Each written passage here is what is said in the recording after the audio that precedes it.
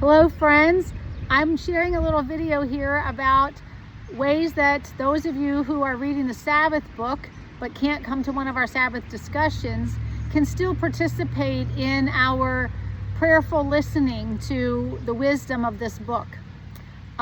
It's a practice that you don't have to have a group to be able to do, and so if you're reading the book just to yourself, this can be a kind of a prayer practice.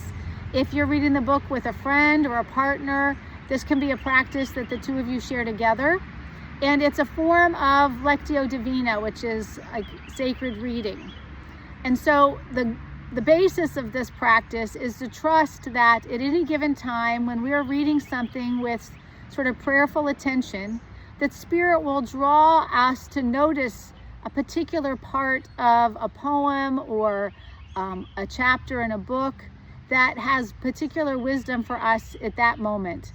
We can read the same psalm out of the Bible or read the same poem or the same chapter in a book many times, and each time notice something different in it. And that's because Spirit, I believe, calls us to notice the thing that has wisdom for us right now. So if you're with another person, it's a really lovely practice to read the book out loud to each other, take turns sharing paragraph readings. And then as you're listening to the other person read, or as you're reading to yourself, begin to notice what really calls for your attention. Put an asterisk next to that paragraph or highlight a particular word that seems to be jumping out at you. And then when you get to the end of the chapter, pause and get quiet.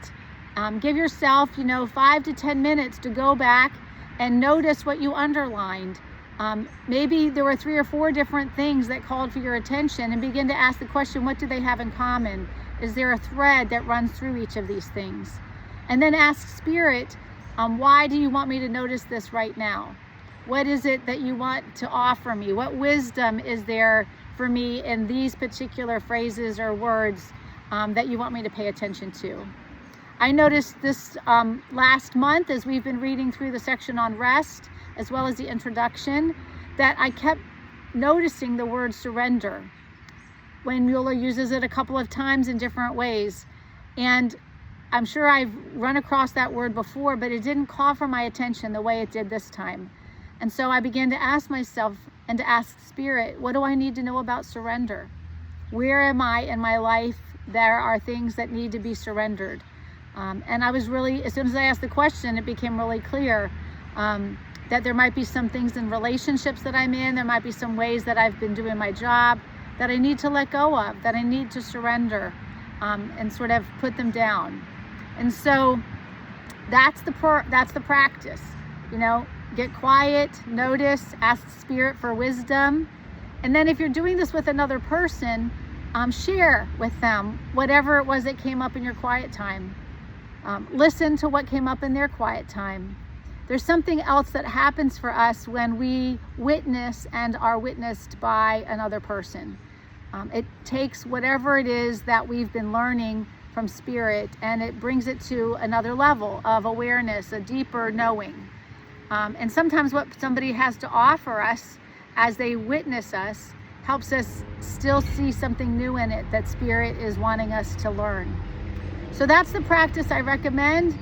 You can do it with every reflection. You could do a reflection or 2 a week and just get quiet, put the notes in your journal, or sit and reflect on it with a friend over a cup of tea or a cup of coffee. Maybe it's something you read before you go to bed. But really, that's the best way to, I think, to engage this particular book. Rather than me give you a particular question to ponder, it's probably better for you in Spirit to ponder the question that makes the best sense to you. I hope that this helps you as you continue to read this book and not just know it in your head, but begin to digest it with your spirit. Shalom.